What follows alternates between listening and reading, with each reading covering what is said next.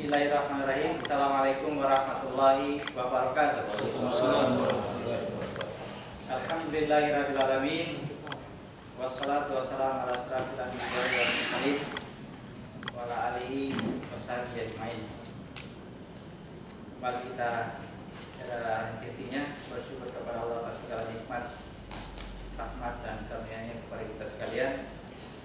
Tentu pula salam dan salam semoga tercurah kepada Rasulullah Muhammad SAW. Malam ini kajian kita lanjutkan tentang perjalanan Musa bersama Khidir. Lalu saya review kembali tentang makna yang terkandung dari dibocorkannya perahu oleh Khidir. Jadi ilmu yang kita pelajari, ilmu tingkatan kemakrifatan atau ilmu hakikat yang kita pelajari itu tujuannya adalah supaya kita berserah diri kepada Allah. Dalam upaya penyerahan diri kepada Allah, sama sekali kita tidak boleh memiliki daya dan tidak berdaya. Bukan berarti kita tidak punya, tapi semua itu kita kembalikan ke Allah, kepada Allah. Bukan kita dilarang memiliki harta, tetapi harta itu adalah milik Allah. Kekuatan yang kita miliki adalah milik Allah. Jadi dengan demikian, ketika kita sudah tidak memiliki apa-apa, barulah kita dikatakan tenggelam dari permukaan. Assalamualaikum.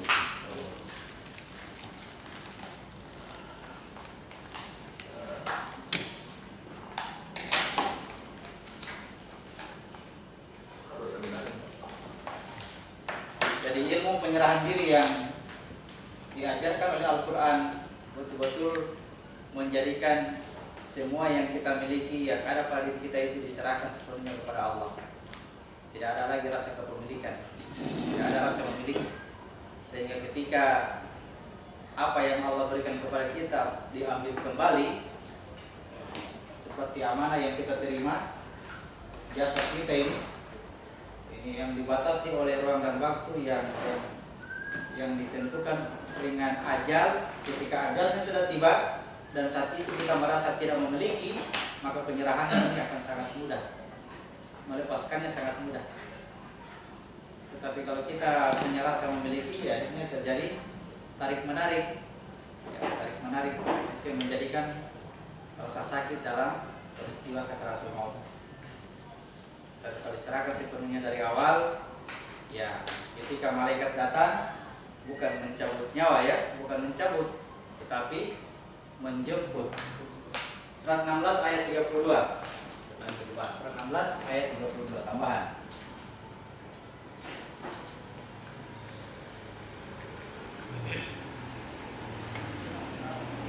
Yaitu orang-orang yang ketika diwafatkan oleh para malaikat dalam keadaan baik, mereka mengatakan, Assalamualaikum, masuklah ke dalam surga karena apa yang telah kamu kerjakan. Ya, didatangi oleh malaikat, malaikat pencabut nyawa. Kalau dalam bahasa yang umum kita sebut, sebenarnya bukan nyawa yang dicabut, tetapi amanah ini yang mau diambil kembali. Masa pakainya sudah habis. Ya, datang malaikat, ya, bukan untuk mencabut amanah, bukan, tapi menjemput. Assalamualaikum, assalamualaikum. Jadi yang biasa orang-orang tua kita yang mengerti ini, ya dia menunggu penjemputnya. Kalau orang dia bilang ada keluarganya dia tunggu, betul keluarga, tapi keluarga yang spesial. Bukan anak, bukan istri, bukan suami, tapi yang mengantarnya masuk ke dalam jasad, itu yang dia tunggu. Sehingga ketika pengantar itu datang, nah dia juga yang menjemput. Pengantar dengan penjemput harus sama. Jangan diantar oleh seseorang, dijemput oleh orang lain, tidak tepat. Ya, dia juga yang mengantar, dia juga yang menjemput. Harus dikenali. Cara pengenalannya sudah kita pelajari kemarin. Tidak boleh ada yang berbeda. Ya. Perjalanan dari aku masuk ke dalam tubuh, kemudian dari tubuh keluar ini tidak boleh berbeda. Rumusnya harus sama. Jadi tidak ada lagi dibahasakan di dalam Al-Quran. Tidak ada yang bisa memberi syafaat, tidak ada yang bisa menolong selain Rasulullah, selain Muhammad. Ya, dulu kita kenal dulu itu. Baik, naik ke atas perahu, dibocorkan oleh Khidir, ya ilmunya Musa. Musa itu berlaku hukum sunatullah, berlaku ilmu hukum sunatullah namanya. Namanya perahu dibocor pasti tenggelam. Makanya Musa protes. Ya, bahaya ini kalau perahu dibocorkan. Tapi Khidir menghendaki supaya perahu itu mesti, ya kita mesti tenggelam. Kalau mau belajar ilmu mesti tenggelam. Jangan belajar ilmu ini lantas kita menjadi bintang di langit, ya terkenal maksudnya ya. Kita belajar ini jadi akhirnya jadi manusia biasa-biasa, ya. Tidak terkenal kalau sekarang itu kita buktikan saja di hadapan orang-orang kita bisa berjalan di atas air, pasti langsung tenang. Seluruh dunia akan tahu, boy, berjalan di atas air kok. Apalagi sekarang fasilitas apa ini? Komunikasi sangat cepat, internet di mana-mana.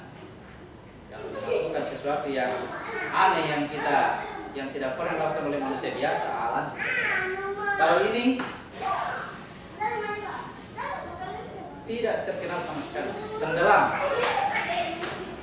Meskipun punya ilmu pengetahuan tinggi, dia juga tenggelam juga.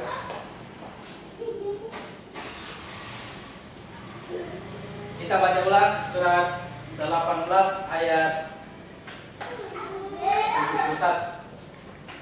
18:71 bisa mulai. Maka berjalanlah keduanya hingga ketika keduanya menaiki perahu, lalu dia melubanginya. Dia, Musa berkata, "Mengapa engkau melubangi perahu itu? Apakah untuk menenggelamkan penumpangnya? Sungguh engkau telah berbuat sesuatu kesalahan yang besar." Ya. Jadi Musa protes karena memang dia menguasai ilmu hukum, menguasai hukum-hukum dia. Di sini yang dia maksud adalah hukum alam atau sunatullah. Namanya perahu bocor pasti tenggelam. Tapi Khidir menghendaki supaya tenggelam. Ya. Belajar ilmu Khidir, siap-siap tenggelam, siap-siap jadi manusia biasa. Kalau mungkin kemarin pernah terkenal hebat karena punya ilmu kebal, masih di sini, itu akan hilang. Kalau dulu kita berani sekali menghadapi orang yang berkelahi, kita maju ke depan, ya setelah ini jangan berani-berani. Karena kalau kemarin punya ilmu kebal masuk ke situ hilang itu. Ya. Kalau ini sudah terangkat naik, sering masuk ke atas perahu, ya, dari sumber naik ke atas ini, kemudian ya menjadikan semua yang kita miliki hilang. Menjadikan tadi yang sempat keluar dari diri itu akan dikembalikan masuk ke dalam dan menjadi tidak berdaya. Nanti sudah tidak berdaya baru bisa berserah diri kepada Allah. Kalau kemarin ya selalu keluar kata-kata yang gampang menyinggung perasaan orang lain, kalau ini sudah terjadi ya kata-kata itu terjadi. Kenapa? Tidak berdaya. Sebentar orang tersinggung marah habis gitu. Kemarin orang marah silakan marah. Tidak ada yang saya takuti dunia ini. Tidak ada yang saya takuti. Hanya Allah yang saya takuti. Yang melawan siapa? Begitu ya. Ingat kemarin segala sesuatu Allah meliputi segala. Jadi kalau kita katakan tidak ada yang saya takuti dunia ini, hanya Allah yang saya takuti, ini berarti ada tandingannya Allah ya. Ini orang ini, tandingannya orang ini. Dipahami itu? Karena ada Allah yang kita takuti, orang ini saya tidak takuti. Berarti ada tandingan. Jadi kalau Allah meliputi segala sesuatu, bagaimana takutnya kita kepada Allah? Takut kepada orang ini. Jangan sampai dia marah, jangan sampai dia jengkel. Nah, kalau kita takut kejengkelannya, berarti takut kepada Allah. Ya. Jangan dijadikan itu Tuhan itu ada lawannya atau ada duanya, ada saingannya. Ada apalagi bilang ada musuhnya. 18:72. Dia berkata, "Bukankah sudah kukatakan bahwa engkau tidak akan mampu sabar bersamaku? yang menguasai ilmu hukum sunatullah tidak bisa ikut kepada ilmunya Haidir, pasti tidak bisa sabar. Kenapa tidak bisa sabar? Rumusnya tadi usia 1898 di situ dikatakan bagaimana kamu bisa sabar terhadap sesuatu yang kamu tidak tahu. Jadi nilai sabar itu ada setelah kita mengetahui hakikatnya. Ada apa di balik ini? Ayat 73. Dia, Musa berkata, janganlah engkau menghukum aku karena kelupaanku, dan janganlah engkau membebani aku dengan sesuatu kesulitan dalam urusanku. Ya, jadi perkataan Musa pada waktu itu dia katakan, jangan hukum aku karena kelupaanku. Dia lupa. Apa yang menjadikan manusia lupa? Syaitannya, ya. Syaitannya adalah ini ya. Jadi pada waktu itu kelupaan Musa terjadi ketika tidak berani tenggelam karena dimensinya adalah dimensi jasad. Paham ini? Karena dia lupa. Yang menjadikan dia lupa adalah setannya. Itu rumusnya setan. Rumus lupa karena setan. Karena ini. Jadi perkataan Musa tidak sanggup menghadapi kejadian ini, dibocorkannya perahu, tidak sanggup, tidak berani untuk tenggelam karena Musa dalam kondisi sedang berjasa. Oke. Ayat 74. Maka berjalanlah keduanya hingga ketika keduanya berjumpa dengan seorang anak muda, maka dia membunuhnya. Dia, Musa berkata, mengapa engkau membunuh jiwa yang bersih? Bukan karena dia membunuh orang lain. Sungguh, engkau telah melakukan sesuatu yang sangat mungkar. Berjalan, bertemu dengan anak muda. Ingat, di mana itu anak muda posisinya? Di mana anak muda? Di mana tadi setan? Setan ada di jasad. Anak muda ada di alamnya jiwa. Bertemulah dengan anak muda. Haidir bunuh anak muda ini. Menurut kita, sesuai dengan kajian kita selama ini, Haidir membunuh anak muda ini betul apa tidak? Harus dibunuh ini. Ya, jangan berpikir ke Haidir kok begini kelakuannya. Padahal perintah ini harus bunuh. Inilah ya membunuh 99 jiwa. Di sini membunuh 99 jiwa. Dia cukupkan sampai 100. Kalau sudah terbunuh ini baru dikatakan bertobat. Makanya Haidir ketika ikut dengan Musa melihat anak kecil, anak muda, dia bunuhlah itu anak muda itu. Musa protes ya, Musa protes. Tidak boleh ini membunuh jiwa yang tanpa alasan yang benar. Ya. Ayat 75. Dia berkata, bukankah sudah kukatakan kepadamu bahwa engkau tidak akan mampu sabar bersamaku? Kita ulang ayat 74. Ayat 74. Maka berjalanlah keduanya hingga ketika keduanya berjumpa dengan seorang anak muda, maka dia membunuhnya. Dia, Musa berkata, mengapa engkau membunuh jiwa yang bersih? Bukankah karena dia membunuh orang lain? Sungguh, engkau telah melakukan sesuatu yang mungkar. Ya, dianggap jiwa yang bersih. Kenapa kau membunuh jiwa yang bersih, yang sudah terlepas dari sini? Ini suatu kefasikan, sesuatu perbuatan yang mungkar. Menurut hukum Musa, hukum Musa itu sama dengan hukumnya Bani Israel. Bisa dipaham? Hukumnya Bani Israel. Surat 5 ayat 32. Surat 5 ayat 32. Oleh karena itu, kami tetapkan suatu hukum bagi Bani Israel, bahwa barang siapa membunuh seseorang, bukan karena orang itu membunuh orang lain, atau bukan karena berbuat kerusakan di muka bumi, maka seakan-akan dia telah membunuh semua manusia. Barang siapa memelihara kehidupan seseorang manusia, maka seakan-akan dia telah memelihara kehidupan semua manusia. Ya, cukup satu orang. Kalau kita mampu satu orang memelihara kehidupan satu orang sama yang memelihara kehidupan seluruh manusia. Tapi kalau berbuat zalim kepada satu orang sama dengan berbuat zalim kepada seluruh manusia. Apa itu seluruh manusia? Apa maksudnya seluruh manusia? Seluruh manusia adalah satu diri kita ini sendiri, ya. Jadi kalau kita bunuh jiwa ini sama dengan membunuh seluruh. Kalau kita bunuh jiwa, bunuh ini berarti sama dengan bunuh sama dengan bunuh diri. Ya, bernilai seluruh manusia. Jadi seluruh manusia ini nilainya ada di sini. Kalau ini aku dibunuh, aku terbunuh, berarti seluruhnya aku adalah akan mati. Surah 4 ayat 66. Surah 4 ayat 66. Tambahan. Dan sekalipun telah kami perintahkan kepada mereka, bunuhlah dirimu atau keluarlah kamu dari kampung halamanmu. Ternyata mereka tidak akan melakukannya, kecuali sebahagian kecil dari mereka. Dan sekiranya mereka benar-benar melaksanakan perintah yang diberikan, niscaya itu lebih baik bagi mereka dan lebih menguatkan iman mereka.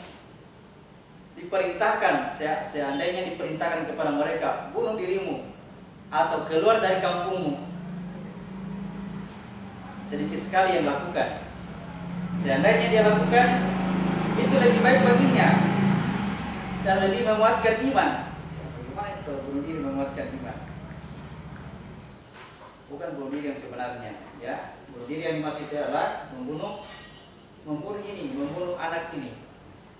Dari mana anak ini datang? Dari hasil menanam kebun. Hasil menanam di kebun. Ingat? Ya, ingat. Kalau kita rajin menanam di kebun, itu yang ada itu anak muda, ya, seorang anak muda. Rajin membayar zakat, seorang anak muda yang gagah. Ya, nanti anak muda ini mesti disembelih juga. Inilah akil yang sebenarnya. Bunuh dirimu, nah ini sasarannya. Jiwa ini keluar dari kampungmu, ini kampung. Tapi ingat, rumus keluarnya tidak seperti rumus yang diajarkan oleh Ifrit. Ya, ingat rumus yang diajarkan oleh Ifrit atau rumus yang diajarkan oleh Harut dan Marut, sama itu. Ketika pada masanya Sulaiman diajarkan bagaimana caranya pindahkan singgasana Balkis sebelum kamu beranjak dari tempat dudukmu. Ini ditolak sama Sulaiman. Jadi caranya pindahkan singgasana Balkis adalah dengan cara tutup mata. Begitu juga dengan ini. Jadi rumus mematikan ini adalah tutup. Kembali ke sini.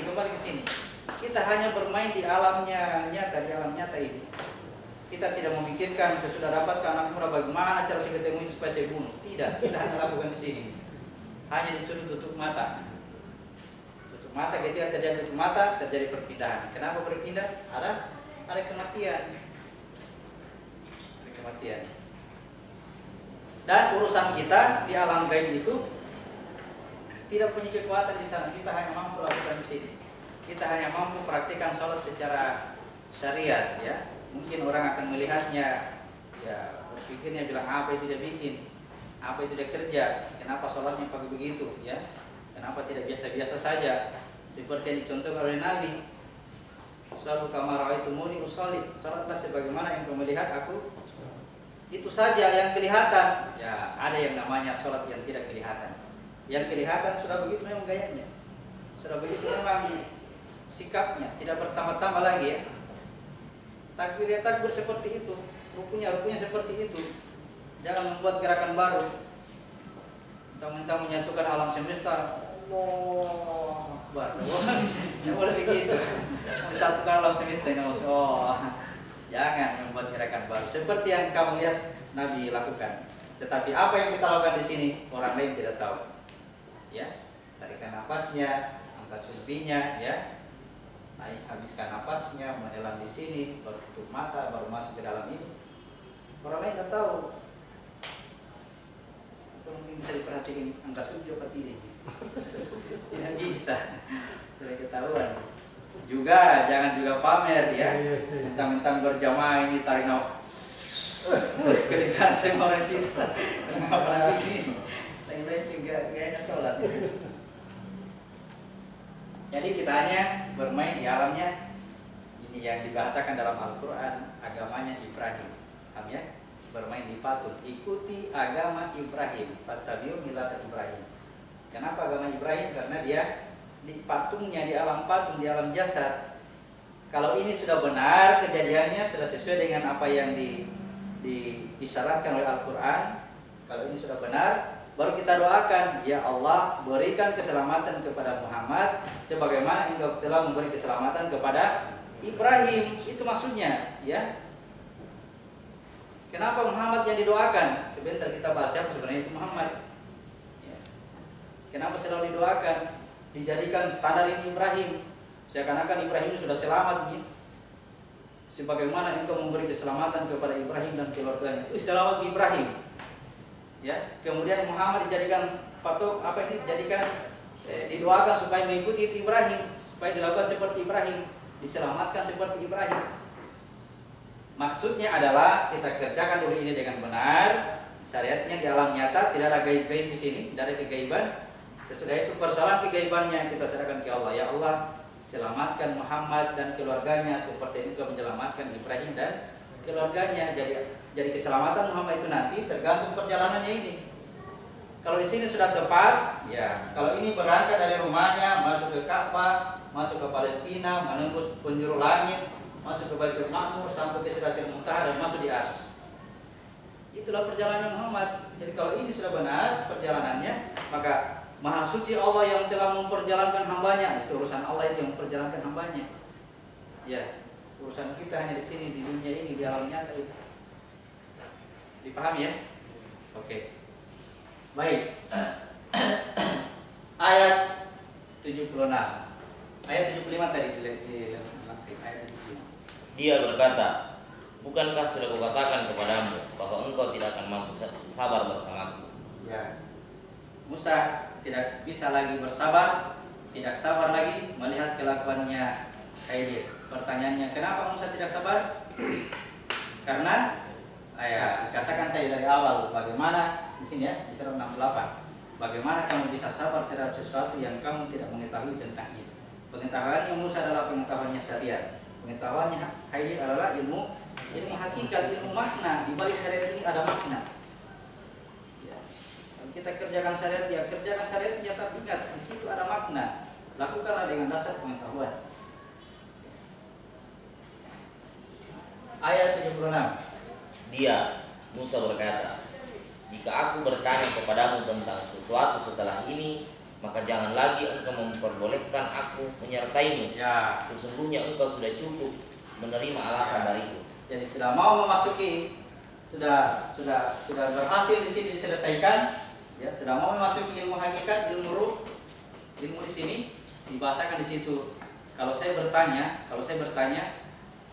jangan lagi jadikan saya sebagai muridmu, kira-kira bahasanya begitu. Kenapa? Karena di sini dibahasakan. Ya, kata Khidir, kalau mau ikuti ilmu saya, jangan kamu bertanya sebelum saya menjelaskannya kepadamu. Jadi kalau ada persoalan yang kita tidak ketahui dalam Al-Quran, tidak ada penjelasan tentang itu, mau dapatkan ilmunya Khidir, biarkan pertanyaan itu. Berdoa kepada Allah, ya bagaimana penjelasannya ya Allah. Allah itu akan datangkan penjelasan dengan cara yang kita tidak ketahui. Misalkan dipertemukan dengan orang-orang ini, bertemu dengan orang yang bisa menjelaskan tentang pertanyaan. Atau tidak, kalau dalam persoalan-persoalan kegaiban, ya Tuhan perlihatkan secara gaib tanda-tanda itu. Dengan catatan jangan selalu menjauhkan diri dari Al-Quran. Apapun yang terjadi, mau mengalami peristiwa kegaiban, jangan lupa bangga. Kalau perlu, apa ini, cara ini. Kembali ke Al-Quran. Nanti di Al-Quran jelaskan, oh ini yang saya alami tadi malam, oh begini kejadiannya ini. Jadi jangan dulu langsung bangga, tadi malam itu saya berjalan bertemu ini. Bahasa dulu itu. Kali itu simpan dulu, terus dibaca Al-Quran. Tugas kita di situ baca Al-Quran. Kalau apa yang kita alami itu nyambung dengan apa yang kita baca, berarti itu benar. Kejadiannya benar. Baik. Ayat 77. Maka keduanya berjalan hingga ketika keduanya sampai ke penduduk suatu negeri, mereka berdua meminta dijamu oleh penduduknya, tetapi mereka tidak mau menjamu mereka. Kemudian keduanya mendapatkan dinding di rumah yang hampir roboh, lalu dia menegakkannya. Dia, Musa berkata, jika engkau mau, niscaya engkau dapat meminta barang itu. Ya, perhatikan perjalanannya tadi. Dari sini Musa lupa. Dari sini, di sini Musa membunuh anak kecil. Apa ini Khidir membunuh anak kecil? Tiba di sini, mau masuk ke sini, alam ilmunya ruh, ilmu hakikat, mereka itu kelaparan. Kelaparan. Tiba-tiba lapar ya. Sama dalam perjalanannya Musa ketika melewati batu. Ketika melewati batu, selama perjalanannya ke bawah ini tidak pernah lapar.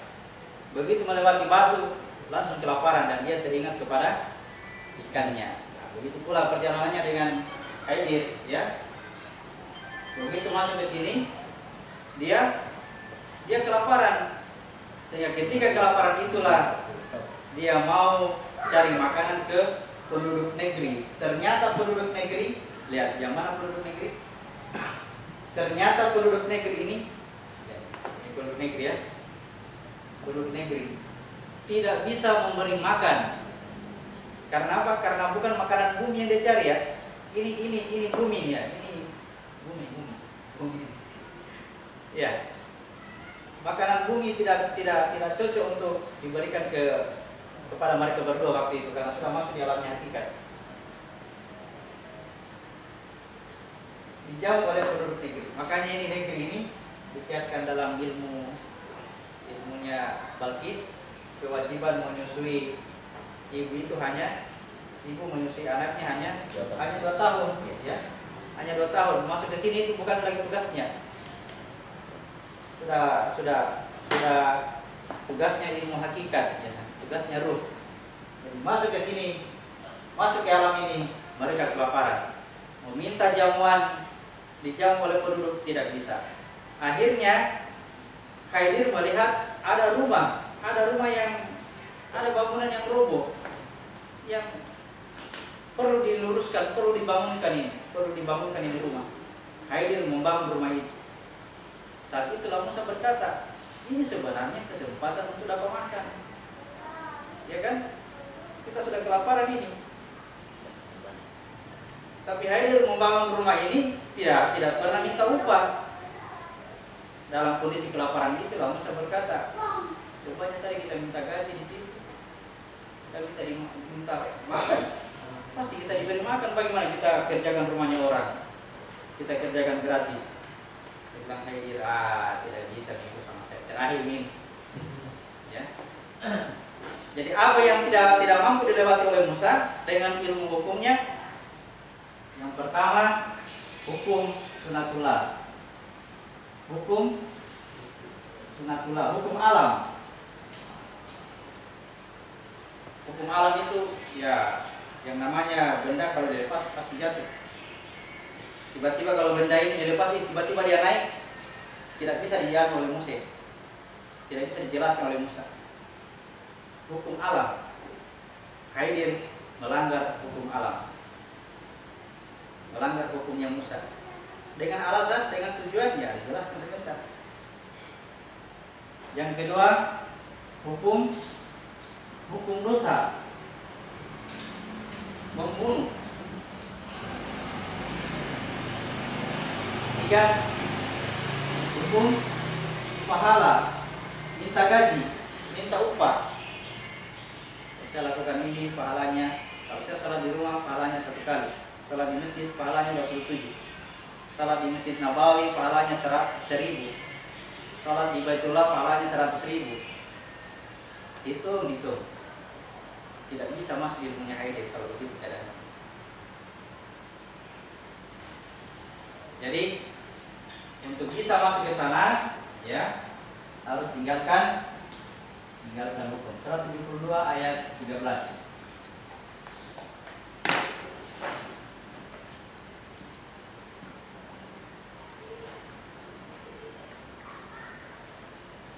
Dan sesungguhnya ketika kami jin mendengarkan petunjuk Al-Quran, kami beriman kepadanya. Maka barang siapa beriman kepada Tuhan, maka tidak perlu ia takut rugi atau berdosa. Ya. Barang siapa yang beriman, tidak perlu ia takut berkurang pahalanya atau rugi. Kalau saya kerjakan ini, jangan sampai pahalanya sedikit barangkali. Lebih bagus yang banyak saja. Kalau saya lakukan ini, nanti berdosa ini. berdosa yang saya lakukan ini. Kalau orang yang beriman tidak perlu takut berkurang pahala, tidak perlu takut bertambah dosa. Hitungannya adalah dia melakukannya bukan karena pahala atau dosa. Ya. Seperti ilmunya Rabiatul Adawiyah. Pernah dengar kata-kata Rabiatul Adawiyah? Ya Allah, kalau saya mengabdi kepadamu karena takut neraka, masukkan aku ke nerakamu. Kalau aku beribadah kepadamu karena mengharapkan surga, jauhkan aku dari surgamu. Orang beriman itu begitu. Mudah-mudahan jelas di. Ya karena yang begini tidak bisa ngomong-ngomong. Yang sampai pamer ke orang-orang, saya itu boleh ibadah, bukan neraka kita putih, bukan surga ku cari. Apa sih cerita? Ini urusan dalam hati kita, jangan dilempar keluar. Sembunyi itu namanya. Sembunyi itu jangan cari pahala. Hati kita yang menjadikan ya, siap menerima ya apa yang Allah perintahkan kerjakan dengan kita ya namanya saja kita sebagai hamba tugas khalifah jalankan. Kenapa kita minta diberi pahala? Karena kita memiliki ya kita punya kekuatan. Saya sholat tahajud 8 rakaat, ada kekuatan untuk melaksanakan sholat tahajud 8 rakaat. Minta pahala kan? Tapi kalau saya tidak berdaya, saya tidak punya harta, tapi di sekeliling saya penuh dengan emas. Apakah saya harus sembah emas? Tidak, ini amanah dari Tuhan. Ya, diserahkan ke tempat yang benar. Ya, ini emas 1 karung. Kalau ada orang tenggelam jangan lemparkan emas 1 karung tambah jatuh. Dia butuh bahan bekas. Kira-kira dipahami kalau bahasanya begitu. Tepat sasaran. Emas tidak berguna bagi orang yang tenggelam. Dia butuh bahan bekas. Serahkan ini berarti ini adalah milik Tuhan. Ketika kita menyerahkannya itu tidak ada niat-niat dalam hati kita untuk mendapatkan balasan dari apa yang kita kerjakan. Kenapa? Didasari oleh ketidakberdayaan, didasari oleh tidak ada barang yang kita miliki. Semuanya barangnya Allah. Begitu tidak dikasihkan, tidak minta apa-apa. Ya, nah, itu asli ya, bukan dikatakan, bukan ngomong. Saya beribadah bukan karena mengharap pahala. Saya beribadah bukan karena takut neraka. Tahu saya bercerita, lakukan saja. Baik, tadi inilah hukumnya Musa yang tidak bisa sanggup menembus ilmu hakikat. Ya. Ilmunya Musa di alamnya air tawar. Air tawar ya. Air tawar cepat menghilangkan dahaga. Kalau air tawar kita minum, dahaga akan hilang, habis, dan kita tidak akan mencari air lagi. Ya, kalau sudah minum air barang 1 botol itu tidak habis 1 botol itu. Ya, nah, sudah. Tapi kalau air laut yang diminum, semakin diminum, semakin bertambah haus. Sini air laut, ilmunya hikmah, ilmu hikmah yang dibahasakan dengan ya, kalau kita siapkan, kalau air laut dijadikan tinta, pohon dijadikan pena untuk menulis ilmunya Allah, ilmu itu tidak akan habis sampai tinta lautan itu habis, bahkan ditambah lagi dengan itu ilmu hikmah. Jadi kalau masuk kepada ilmu hikmah, kalau orang mengerti ilmu hikmah, tidak ada perdebatan. Apa yang berdebat? Tidak mesti sama, pengetahuan tidak mesti sama. Yang jelas arahnya ini kemana ini? Menuju kepada Allah ini. Jalan itu di situ, Pak. Itu yang kita tahu. Tidak perlu debat dengan saya.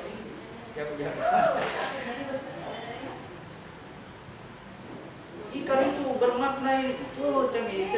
Gitu, tidak salah itu kan. Masa hanya 1 makna? Seandainya 1 makna tidak dibuat perumpamaan. Dibuat perumpamaan karena maknanya banyak. Entah bagaimana caranya Allah mengajar kita. Tidak mesti sama. Itulah ilmu hikmah. Tidak mengundang perdebatan karena masing-masing tahu diri bahwa ilmu Allah itu luas. Yang terbaik itu adalah dengarkan apa kata orang. Ambil ilmunya. Oh begini. Kata lagi 1. Ikan itu bermakna ini.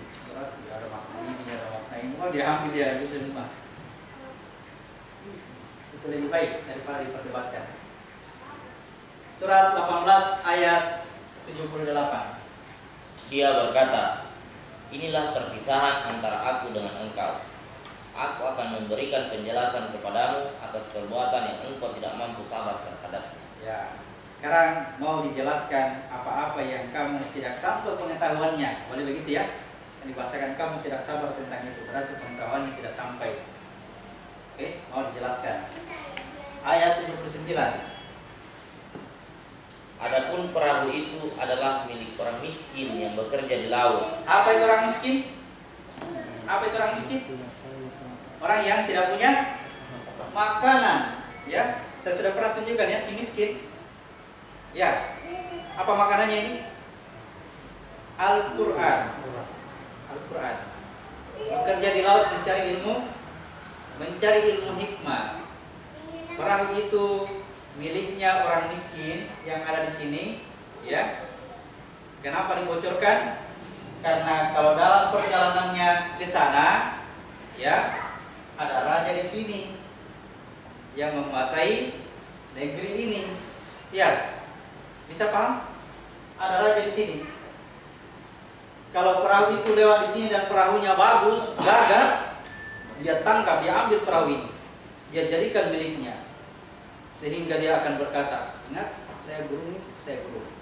Jangan sampaikan ilmu ini ke orang lain sebelum ada izin dari saya. Wah, perahu itu dirampas sama raja. Siapa rajanya? Hawa nafsunya, akunya, egonya dirampas oleh. Paham ini? Jadi dia harus dibocorkan. Kalau dibocorkan tenggelam pesan, perahunya rusak. Apa mau dibanggakan? Ya, orang yang tenggelam ke dasar. Dia berada pada posisi yang paling rendah. Siapa-siapa yang merendahkan diri dimuliakan oleh Tuhan, diangkat derajatnya oleh Allah. Dengan catatan jangan ada orang lagi di bawah atas.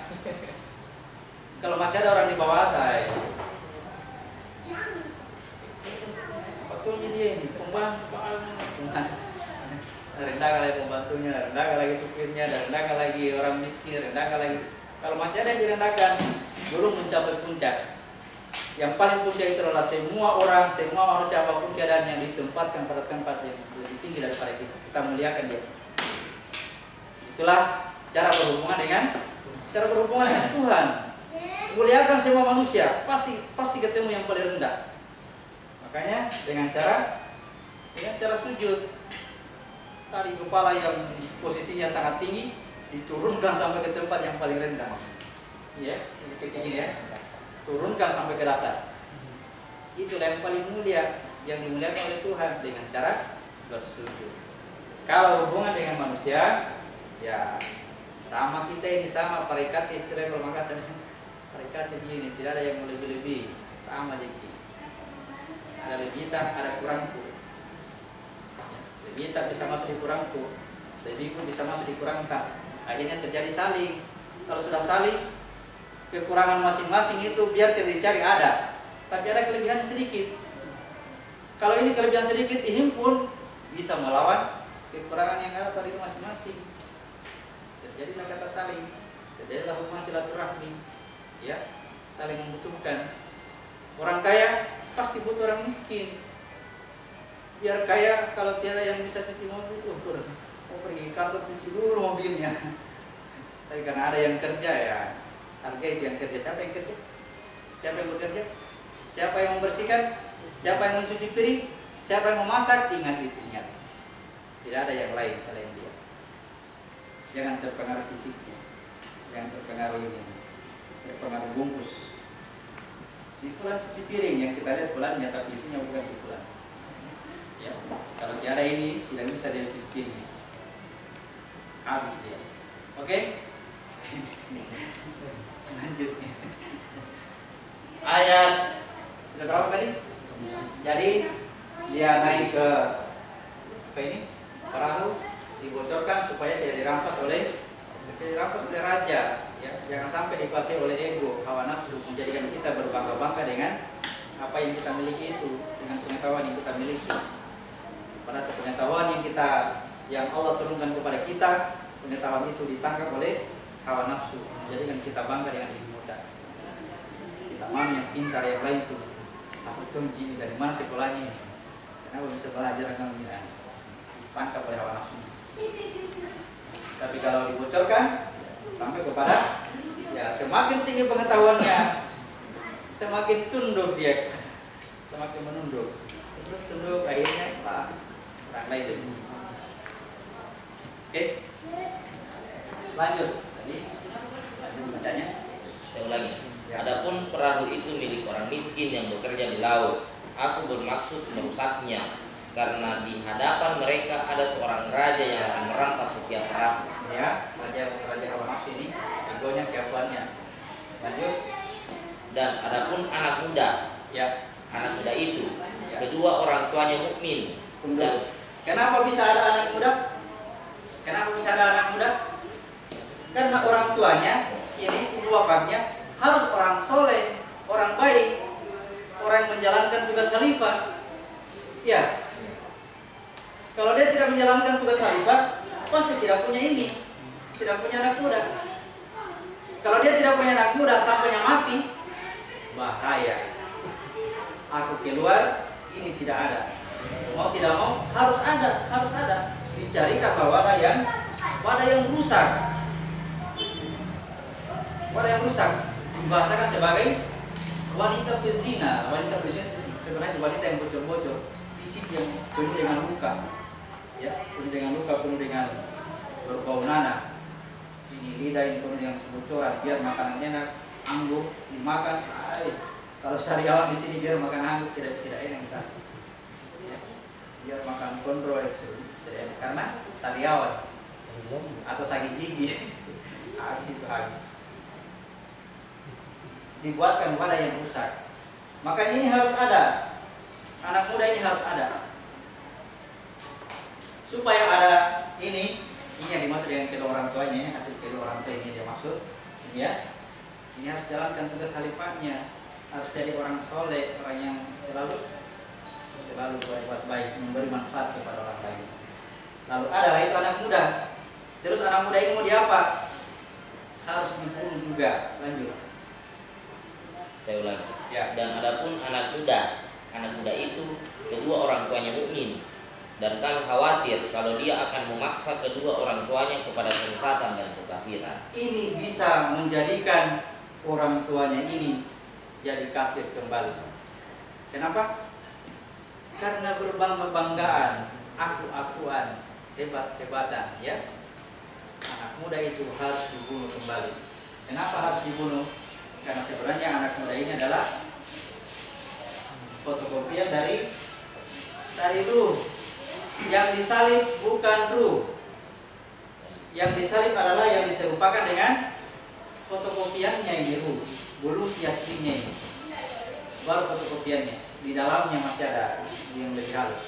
Kalau ini dibunuh akan digantikan dengan yang lebih baik daripada ini. Kalau sudah masuk di alam hakikat, maka ini melakukan kebaikan dari dalam secara spontan, secara tidak dibuat-buat. Ya. Mulai besok saya akan melakukan kebaikan. Tidak begitu dia.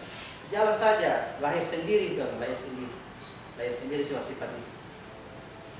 Bukan disengaja-sengajaan, bukan. Jadi kalau masih ada sifat-sifat yang negatif, berarti belum mencapai tingkatan ini. Kalau ini sudah masuk tingkatan ini, masuk di fasenya ruh, di fasenya Isa, dibahasakan dia menjadi pengikutnya Isa. Ya. Ini masih pengikutnya Musa. Ini pengikutnya Isa. Ini pengikutnya Ibrahim atau pengikutnya Nabi Lut, Isa ya. Pengikutnya Nabi Lut.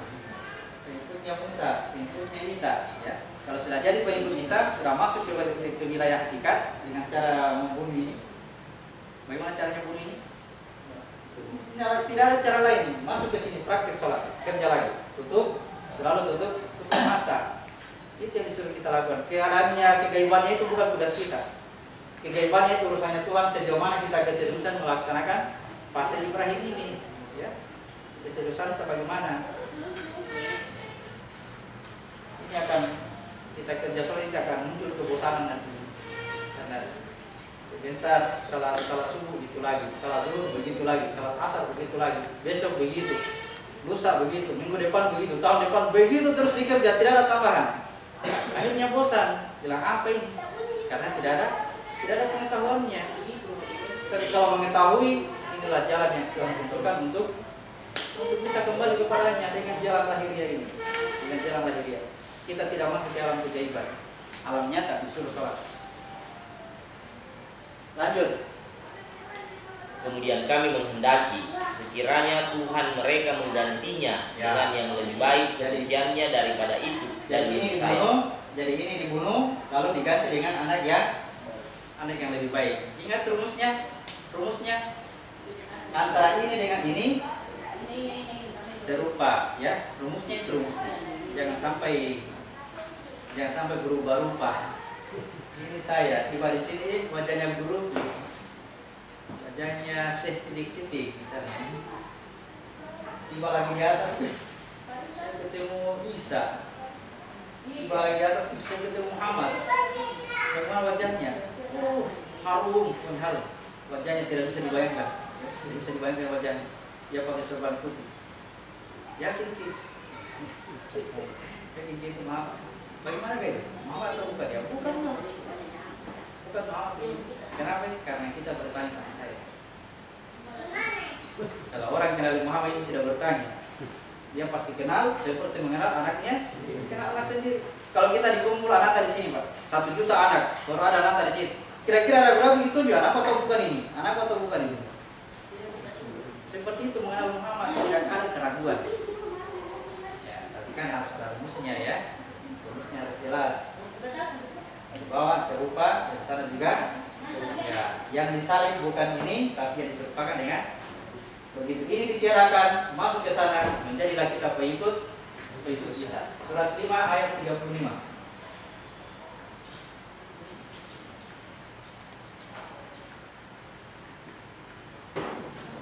Wahai orang-orang yang beriman, bertakwalah kepada Allah dan carilah wasilah jalan untuk mendekatkan diri kepadanya, dan berjihadlah di jalan Allah agar kamu beruntung. Ya, carilah wasilah. Wasilah inilah penghubung antara aku dengan Tuhannya. Inilah yang kita cari. Inilah yang akan menjemput kita pada saat perjalanan melepaskan amanah.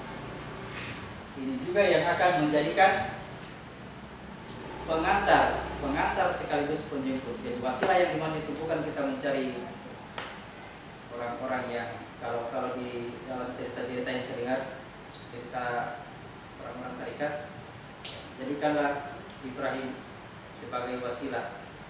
Muhammad pernah pergi ke kuburannya Ibrahim, dia menjadikan Ibrahim sebagai wasilah. Apa maksudnya Ibrahim sebagai wasilah? Sebagai jalan untuk bisa masuk ke sini. Mana yang dimaksud Ibrahim? Jalan sendiri. Hanya ini yang bisa menolong kita semua sekarang.